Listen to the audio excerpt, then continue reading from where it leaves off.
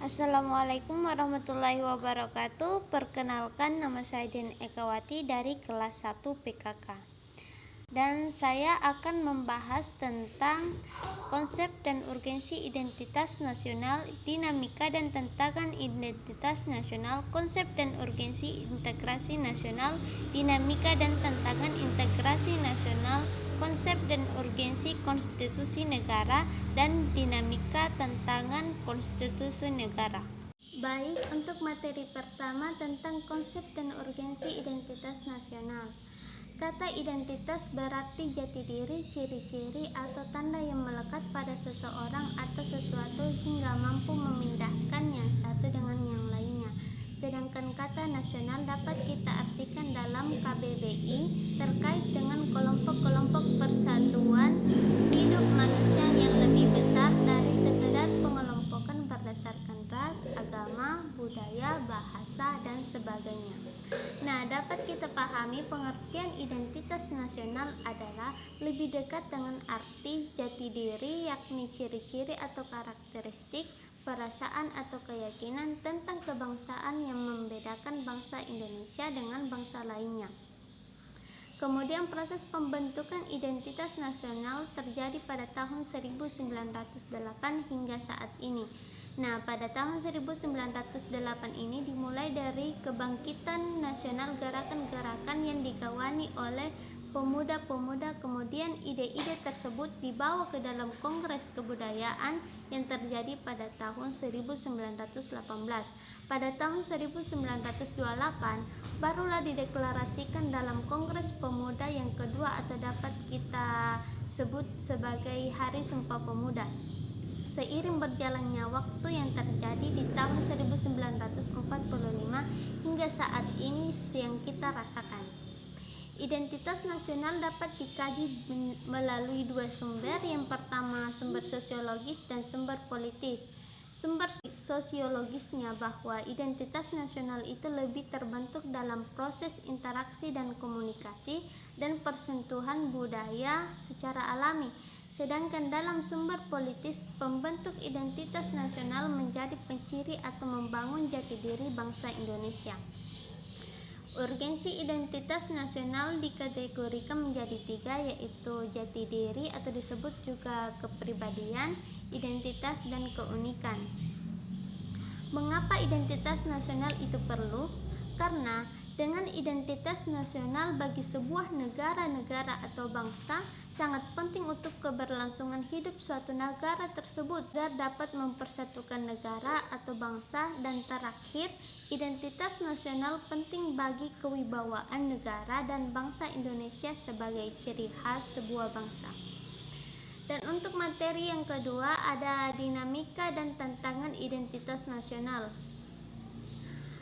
Semua unsur formal identitas nasional baik yang langsung maupun secara tidak langsung diterapkan, perlu dipahami, diamalkan, dan diperlakukan sesuai dengan peraturan dan perundangan yang berlaku. Adapun dinamika dan tantangannya dapat kita lihat sebagai berikut. Yang pertama, lunturnya nilai-nilai luhur dalam praktik kehidupan berbangsa dan bernegara seperti rendahnya semangat gotong royong, kepatuhan hukum, kepatuhan membayar pajak, kesantunan, kepedulian, dan lain-lain.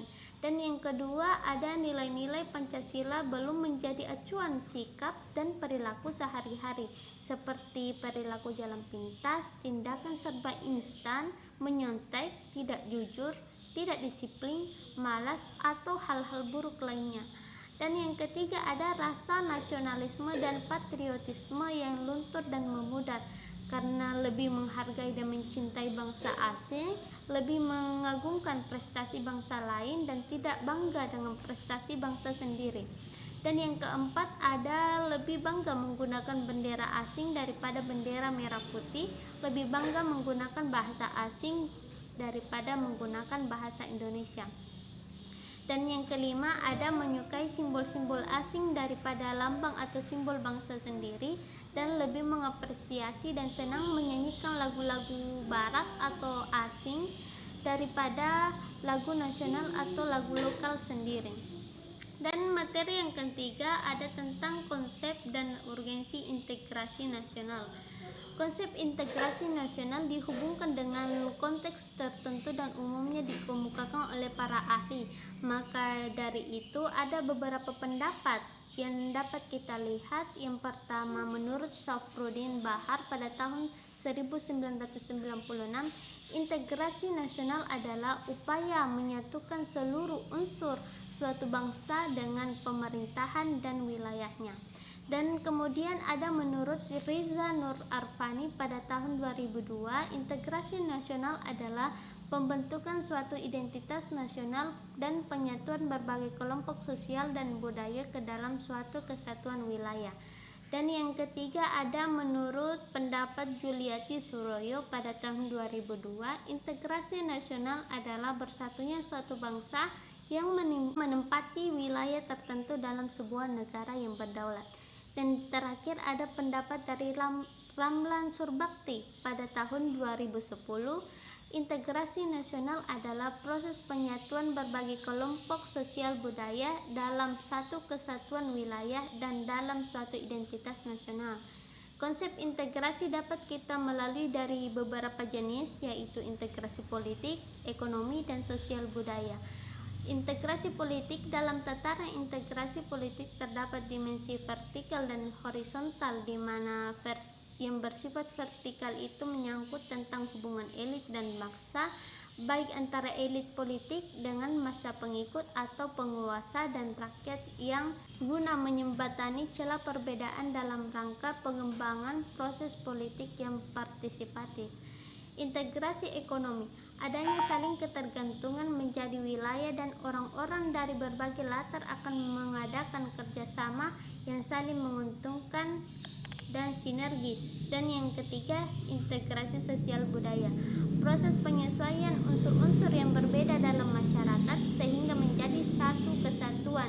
Unsur-unsur tersebut dapat meliputi ras, etnis, agama, bahasa, kebiasaan, sistem, dan lain sebagainya. Dan yang keempat ada tentang dinamika dan tantangan integrasi nasional. Dinamika itu bisa kita lihat dari peristiwa integrasi atau jenis integrasi dari beberapa hal berikut. Ada integrasi bangsa, wilayah, nilai, elit massa dan tingkah laku. Yang pertama, integrasi bangsa. Tanggal 15 Agustus 2005 melalui Memorandum of Understanding di Vantaa, Helsinki, Finlandia, pemerintah Indonesia berhasil secara damai mengajak gerakan Aceh Merdeka untuk kembali bergabung dan setia memegang teguh kedaulatan bangsa negara Kesatuan Republik Indonesia. Dan yang kedua, integrasi wilayah. Melalui Deklarasi Juanda tanggal 13 Desember 1957, pemerintah Indonesia mengumumkan kedaulatan wilayah Indonesia, yakni lebar laut teritorial seluas 12 mil diukur dari garis yang menghubungkan titik-titik ujung yang terkeluar pada pulau-pulau negara Indonesia. Dan yang ketiga, integrasi nilai. Nilai yang merupakan nilai integratif bagi bangsa Indonesia adalah Pancasila. Dan yang keempat ada integrasi elit massa. Dinamika integrasi elit massa ditandai dengan seiringnya pemimpin mendekati rakyatnya melalui berbagai kegiatan seperti temu kader PKK, kotak pos presiden, atau kunjungan ke daerah tersebut. Dan yang terakhir, integrasi tingkah laku. Mewujudkan perilaku integratif dilakukan dengan pembentukan lembaga-lembaga politik dan pemerintahan termasuk birokrasi. Tantangan yang dihadapi ada dua bentuk, yaitu horizontal dan vertikal, di mana dalam dimensi horizontal tantangan yang ada berkenaan dengan pembelahan horizontal yang berakar pada perbedaan suku, agama, ras, dan geografi. Sedangkan dalam dimensi vertikal tantangan yang ada adalah berupa celah perbedaan antara elit dan massa, seperti yang saya jelaskan tadi ya. Nah, untuk materi yang kelima ada konsep dan urgensi konstitusi negara. Arti dari konstitusi di sini berarti membentuk atau pembentukan. Jadi yang dimaksud di sini itu membentuk suatu negara. Konstitusi di sini dapat kita artikan dalam arti sempit dan arti luas. Dalam arti sempit, konstitusi merupakan suatu dokumen atau seperangkat dokumen yang berisi aturan-aturan dasar untuk menyelenggarakan negara. Dan dalam arti luas, konstitusi merupakan peraturan baik tertulis maupun tidak tertulis.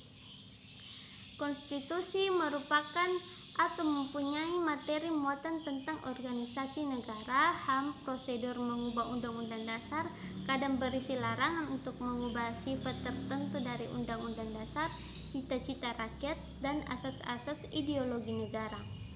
Nah, kita dapat melihat apa saja fungsi konstitusi bagi kehidupan bangsa dan bernegara. Di antaranya yaitu yang pertama sebagai landasan konstitusionalisme, dan yang kedua untuk membatasi kekuasaan pemerintahan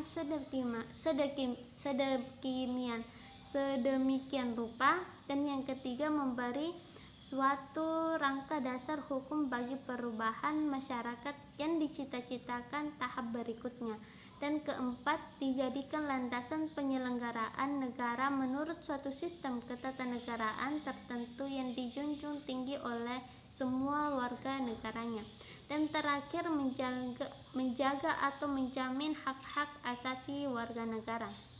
Untuk materi terakhir tentang dinamika dan tantangan konstitusi nasional.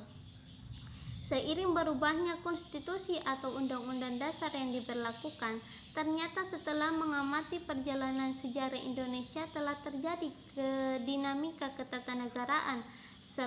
Setelah ditetapkan 1 hari setelah proklamasi kemerdekaan, Undang-Undang Dasar Negara Republik Indonesia 1945 mulai berlaku sebagai hukum dasar yang mengatur kehidupan ketatanegaraan.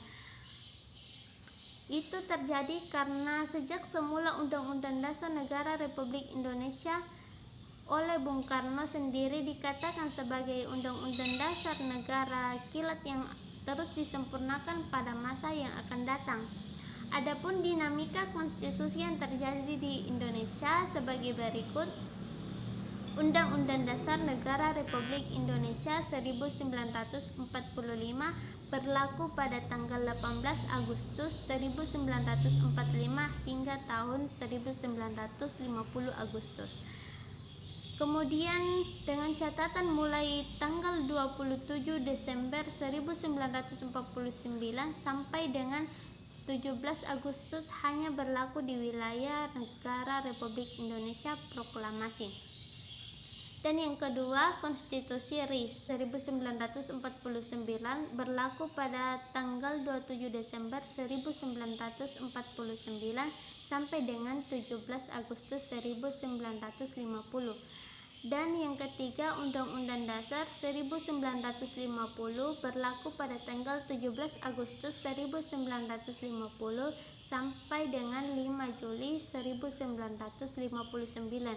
Dan yang keempat, Undang-Undang Negara Republik Indonesia 1945 masa Orde Lama berlaku pada tanggal 5 Juli 1959 sampai dengan tahun 1965.